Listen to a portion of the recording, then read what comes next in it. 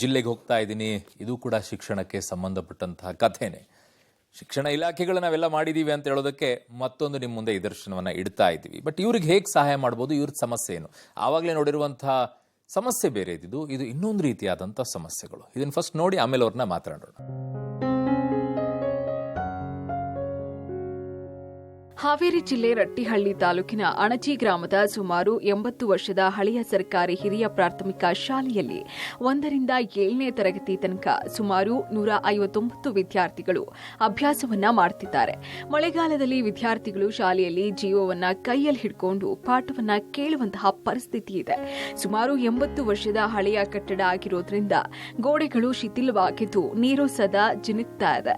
ಶಾಲಾ ಕೊಠಡಿಯ ಗೋಡೆಗಳು ಯಾವಾಗ ಬೀಳುತ್ತೋ ಎಂಬ ಆತಂಕ ಮಕ್ಕಳದ್ದು.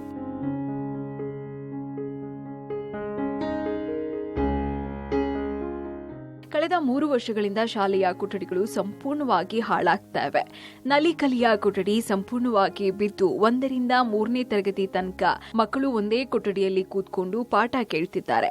6 ಮತ್ತು 7ನೇ ತರಗತಿವರೆಗಿನ ಮಕ್ಕಳು ಒಂದು ಕೊಠಡಿಯಲ್ಲಿ ಕುಳಿತು ಪಾಠವನ್ನ ಕೇಳ್ತಿದ್ದಾರೆ. ಇನ್ನು ಕೆಲವು ತರಗತಿಗಳನ್ನ ಹೊರಗಡೆ ಮರದ ಕೆಳಗೆ ನಡೆಸ್ತಾರೆ. ಸದ್ಯ 2 ಕೊಠಡಿಗಳು ಅವಶ್ಯಕತೆ ಇದ್ದು ದಯಮಾಡಿ ಸಹಾಯ ಮಾಡಿ ಅನ್ನೋದು ಇಲ್ಲಿನ ಶಾಲೆಯ ಮಕ್ಕಳು ಹಾಗೂ ಗ್ರಾಮಸ್ಥರ ಮನವಿಯಾಗಿದೆ. ಇನ್ನು ನಮ್ಮ ಪ್ರಯತ್ನದ ಮೂಲಕ ಅಣಜಿ ಗ್ರಾಮದ ಸುಮಾರು 80 ವರ್ಷದ ಹಳೆಯ ಸರ್ಕಾರಿ ಹಿರಿಯ ಪ್ರಾಥಮಿಕ ಶಾಲೆಯ ಸುಮಾರು 159 ವಿದ್ಯಾರ್ಥಿಗಳ ಸಮಸ್ಯೆಗೆ ಮುಕ್ತಿ ಸಿಗ್ಲಿ ಅನ್ನೋದೇ ನಮ್ಮ ಆಶಯ.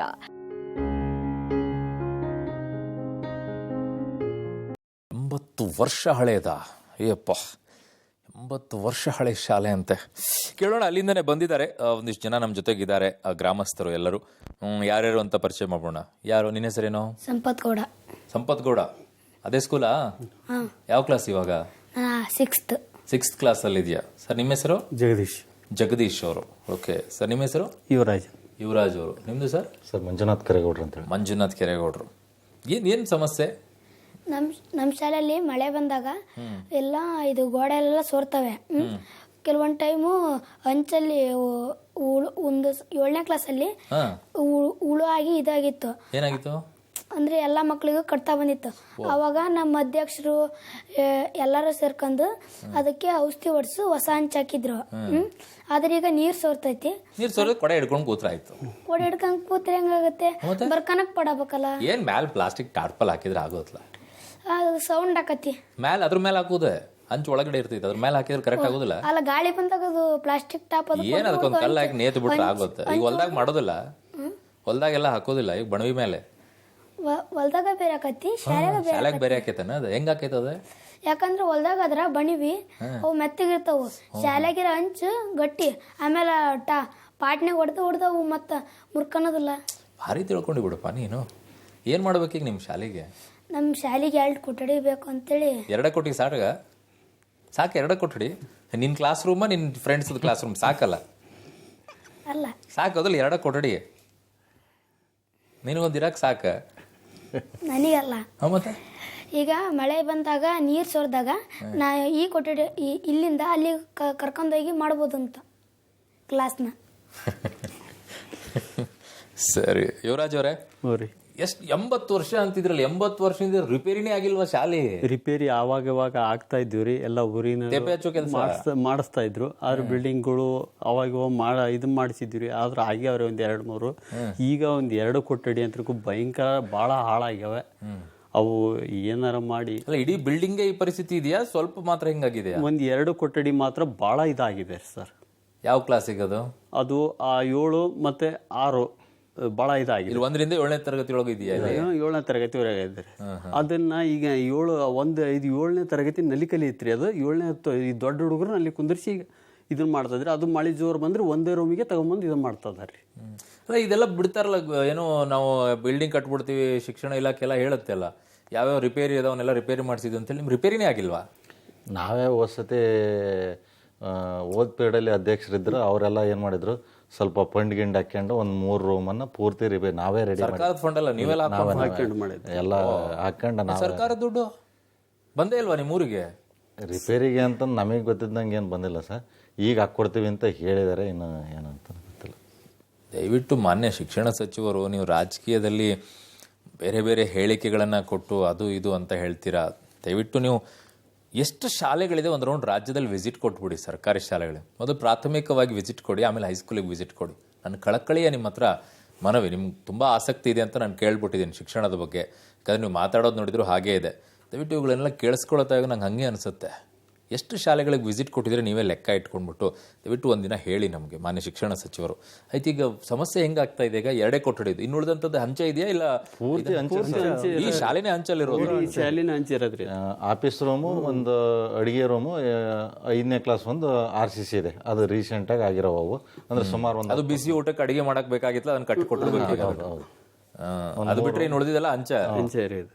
ಹಂಚ ಅವಾಗ ತೆಗಿಸ್ಲೇಬೇಕು, ಅದು ಮಳೆಗೆಲ್ಲ. 5 ರೂಮ್ ಅಂತರ್ಗೂ ಪೂರ್ತಿ ಹಂಚೆ ಇರೋದು ಸರ್. ಒಂದು ಹೊರಗಡೆ ಊಟದ ಹಾಲ್ ಅಂತೇಳಿ ಒಂದು ತಗಡಿನ ಸಡ್ ಮಾಡಿದೀವಿ. ಅಲ್ಲಿ ಅದು ಎಲ್ಲ ನಿಮ್ದ ಖರ್ಚಲ್ಲಿ ಜನ ದುಡ್ಡು ಹಾಕೊಂಡೆ? ಹೌದೌದು.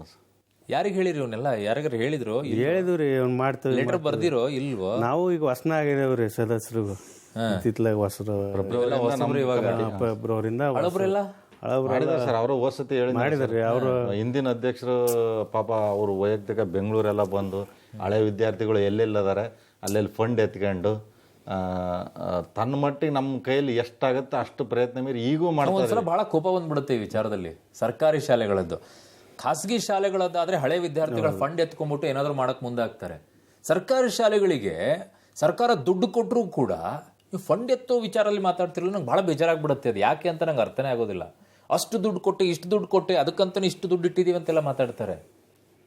ಎಲ್ಲಿ ಹೋಗುತ್ತೆ ಅಂತ ನಂಗೆ ಈಗಲೂ ಅರ್ಥ ಆಗೋದಿಲ್ಲ ಅದು. ಓಕೆ, ನಾನು ಶಾಸಕರಿದ್ದಾರೆ ಈಗ ನಮ್ಮ ಜೊತೆಗೆ, ಹಿರೇಕೆರೂರು ಶಾಸಕರು UB ಬಣಕಾರ್ ಅವರು. ಸರ್ ನಮಸ್ಕಾರ. ನಮಸ್ಕಾರ, ಚೆನ್ನಾಗಿದ್ದೀರಾ? ಆರಾಮಿದೆ ಸರ್. ಸರ್, ಈಗ ನಿಮ್ಮ ಊರದ್ದೇ ಒಂದು ಕತೆ ಬಂದ್ಬಿಟ್ಟಿದೆ ಇಲ್ಲಿ. ಈಗ 80 ವರ್ಷದ ಹಳೆ ಶಾಲೆ ಅಂತೆ ಸರ್ ಇದು, ಹಂಚದ್ದೇ ಇರೋದು. ಯಾರು ಆ ಕಡೆ ಕಣ್ಣು ಹಾಯಿಸಿಲ್ಲ. ನೀವೇನಾದ್ರೂ ಸ್ವಲ್ಪ ಕಣ್ಣು ಹಾಯಿಸಕ್ ಆಗತ್ತಾ ಅಂತ ಆ ಕಡೆಗೆ? ಒಂದು ಎಲ್ಲ ಶಾಲೆಗಳು ಶತಮಾನ ಶಾಲೆಗಳು ರೀ ನಮ್ಮಲ್ಲಿ. ಅಷ್ಟು ಹೆಚ್ಚು ಕಮ್ಮಿ 90 ವರ್ಷ 100 ವರ್ಷದ ಶಾಲೆಗಳು. ಅದ ಈ ಅನೇಕ ಕಡೆ ಈ ವರ್ಷ ಸುಮಾರು 16 ಶಾಲಾ ಕೊಠಡಿಗಳು ಬಿದ್ದಾವ ಈ ಸರ. ನಿನ್ನೆ ಪುರ್ಪುಂಡಿಕೊಬ್ಬದ್ದು ಬಿದ್ದತಿ. ನಮ್ಮ ಆದ್ಯತೆ ಮೊನ್ನೆ ಮಧು ಬಂಗಾರಪ್ಪ ಜೊತೆ ಅಧಿವೇಶನ ಸಂದರ್ಭದಲ್ಲಿ ಮಾತಾಡಿದೆ. ಆ ರಿಪೇರಿಗೆ 750 ಸ್ಕೂಲ್ ರಿಪೇರಿ ಮಾಡಿಸ್ಬೇಕಾಯ್ತ್ರಿ. ಮತ್ತು 56 ಡೆಮಾಲಿಷನ್, ಒಂದು 16 ಈ ಸಲ ಬಿದ್ದಾವ್. ಅವನು ಕೊಡೋ ಜೊತೆಗೆ ತಾವೇನು ಇವತ್ತು ಕಾಳಜಿ ವಹಿಸಿ ಅನಿಸಿದೆ ಅಂತ ಹೇಳಿರಲ್ಲ, ಅನಿಸಿದೆ. ಅದು ರಿಪೇರಿ ಮತ್ತು ಒಂದು ಅವಶ್ಯಕತೆ ಇದೆ. ಒಂದು ಹೊಸ ಸ್ಕೂಲ್ ಈ ಸಲ ಮಾಡಿಸ್ಕೊಡ್ತೀರಿ? ಒಂದು ರೂಮ್ ಮಾಡಿಸ್ಕೊತಾನೆ. ಒಂದೇ ರೂಮಾ? ಈಗ ನಾವು ಆದ್ಯತೆ ಮೇಲೆ ಕೊಡ್ಬೇಕಾಗತ್ತಿ. ಬಟ್ ತಾವು ಕಾಳಜಿ ತಗೊಂಡು ಒಂದಂತೂ ಕೊಡಿಸ್ತೇನೆ ಈ ಸಲ. ಹೌದಾ? ಮುಂದಿನ ವರ್ಷಕ್ಕೆ ಒಂದ್ ಹಾಕೊಳ್ತೀರಾ? ಮುಂದಿನ ವರ್ಷಕ್ಕೆ ಭಾಳ ದೂರ ಈ ವರ್ಷ ಅಂತೂ ಒಂದ್ ಮಾಡ್ಕೊಡ್ತೇನೆ. ಸರಿ, ಆಯ್ತು. ನಿಮ್ಮ ಮಾತಿನ ಮೇಲೆ ನಂಬಿಕೆ ಇಟ್ಟು ಅವ್ರಿಗೆ ಭರವಸೆ ಕೊಡ್ತೀನಿ ನಾನು, ಬೆಳಕು ಮೂಲಕವಾಗಿ. ಹೇಳಿದ್ ನಾನು ಮಾಡ್ಲೇಬೇಕು, ಮಾಡ್ತಾರೆ. ಅದು ನಿಮ್ಮ ಮೇಲೆ ವಿಶ್ವಾಸ ಇದೆ ಬಣಕಾರ್ ಸರ್. Thank you. ನಮಸ್ಕಾರ ಸರ್. ನಮಸ್ತೆ. ಒಳ್ಳೇದಾಗ್ಲಿ ಸರ್, ಒಳ್ಳೇದಾಗ್ಲಿ ಸರ್. ಓಕೆ, ಸರಿ ಅಲ್ಲ ಸರ್? ಸದ್ಯಕ್ಕೆ ಒಂದಂತೂ ಮಾಡ್ತೀವಿ ಅಂತ ಹೇಳಿದ್ರೆ ಅವ್ರ ಲಿಮಿಟೇಷನ್ ಎಲ್ಲ ಅವ್ರು ಹೇಳ್ತಾರೆ. ಈಗ ಒಂದಂತೂ ಮಾಡ್ತಾರೆ, ಮುಂದೆ ನೋಡೋಣ ಮತ್ತೆ ಇನ್ನೊಂದೇನಾದ್ರೂ ಆದ್ರೆ. ನಿಮ್ ಕಡೆಯಿಂದ ಈ ಪ್ರಯತ್ನ ಅಂತೂ ಮಾಡ್ತಾ ಇದ್ದೀವಿ. ಹೇಳಿದ್ರಲ್ಲ ನನ್ನ ಲಿಮಿಟೇಷನ್ ಎಲ್ಲ ನಾನೇನಿದೆ ಅದನ್ನ ಮಾಡಿಸ್ತಾ ಇದ್ದೀನಿ. ಸರಿ, ಏನ್ ಮಾಡ್ತಾ ಇದೀವಿ ಅಂದ್ರೆ ಪಾಠ ಹಾಕ್ಬಿಟ್ಟು ನೋಡಿದಿರಲ್ಲ ಸರ್, ಅತಿ ಜಾಸ್ತಿ. ಈಗ ಅವ್ರು ಮಾಡ್ಲಿಲ್ಲ ಅಂದ್ರೆ ಹೇಳಿ, ನೀವು ನಾನು ಕೇಳ್ತೀನಿ. ಅವ್ರ ಬಗ್ಗೆ ಇಲ್ಲ ಸರ್. ನಾವು ಹೋದ್ಸತಿ ನಾವು ಡಿಸೆಂಬರ್ ಅಲ್ಲಿ ಕಾರ್ತಿಕೋತ್ಸವ ಅಂತ ಮಾಡ್ತೀವಿ ಪ್ರತಿ ವರ್ಷನೂ ರಾಜ್ಯ ಮಟ್ಟದ ವಾಲಿಬಾಲ್ ಫಂಕ್ಷನ್ ಊರಿಂದ ನಡೆಸ್ತೀವಿ. ಅದನ್ನ ಅದು ಹೇಳಿದ್ರು ಅವ್ರೀಗ ಯಾವ್ದು ತುಂಬಾ ಬೀಳೋ ಪರಿಸ್ಥಿತಿಯಲ್ಲಿ ಇದೆಯೋ ಅದನ್ನ ಕರೆಕ್ಟ್ ಆಗಿ ಒಂದ್ ಸ್ಟೆಪ್ ಬೈ ಸ್ಟೆಪ್ ಮಾಡ್ಕೊಂಡು ಹೋಗೋಣ ಅಂತ. ಈಗ ಇದು ಖಾಸಗಿ ಶಾಲೆಗಳಾಗ್ಬಿಟ್ಟಿದ್ರೆ ತುಂಬಾ ಜನ ಅಂತ ಬಂದು ನಿಂತ್ಕೊಳ್ಳೋರು ಜಾಸ್ತಿ ಇರ್ತಾರೆ. ಈಗ ಸರ್ಕಾರಿ ಶಾಲೆ ಅಂದ ತಕ್ಷಣ ಸ್ವಲ್ಪ ಜನ ಹಿಂದೇಟ್ ಹಾಕೋರು ಜಾಸ್ತಿ ಇರ್ತಾರೆ. ಯಾರಾದ್ರೂ ಮನಸ್ಸು ಮಾಡಿದ್ರೆ, ತುಂಬಾ ದೊಡ್ಡ ಮನಸ್ಸು ಮಾಡಿದ್ರೆ ಬರ್ಬೋದೇನೋ. ನಮಗೆ ಇನ್ನೊಂದು ಏನ್ ಮೇಜರ್ ಇದೆ ಅಂದ್ರೆ ಸರ್, ಸ್ಕೂಲಿಂದ ಒಂದಾಯ್ತು, ನೆಲದಲ್ಲಿ ಕುತ್ಕೊಳ ಕಲ್ಲು ಹಿಂದ್ಗಡೆ ಅವಾಗ ಹಾಕಿರೋ ಕಲ್ಲದು ಪಾಟಿ ಕಲ್ಲು ಅಂತ. ಅದು ಈಗ ಫಸ್ಟಿಗೆ ಬಿಲ್ಡಿಂಗ್ ಆಗೋಣ, ಆಮೇಲೆ ಒಳಗಡೆ ಬರೋಣ. ಮನೇನೆ ಕಟ್ಲಾರ್ದೆ ನೀವು ಇಂಟೀರಿಯರ್ ರೆಡಿ ಮಾಡ್ಕೊಂಡು ಕುತ್ಕೊಂಡ್ಬಿಟ್ರೆ ಒಳ್ಳೆ ಕತೆ ಆಯ್ತಲ್ಲ ನಿಮ್ದು. ಫಸ್ಟ್ ಕಟ್ಟಡ ಸೋರೋದ್ರ ನಿಲ್ಬೇಕಲ್ಲ ಮೊದಲು, ಆಮೇಲೆ ಹೆಂಗಾದ್ರೂ ಮಾಡ್ಕೊಳಕ್ ಬರ್ತಿತ್ತು ಅದನ್ನ.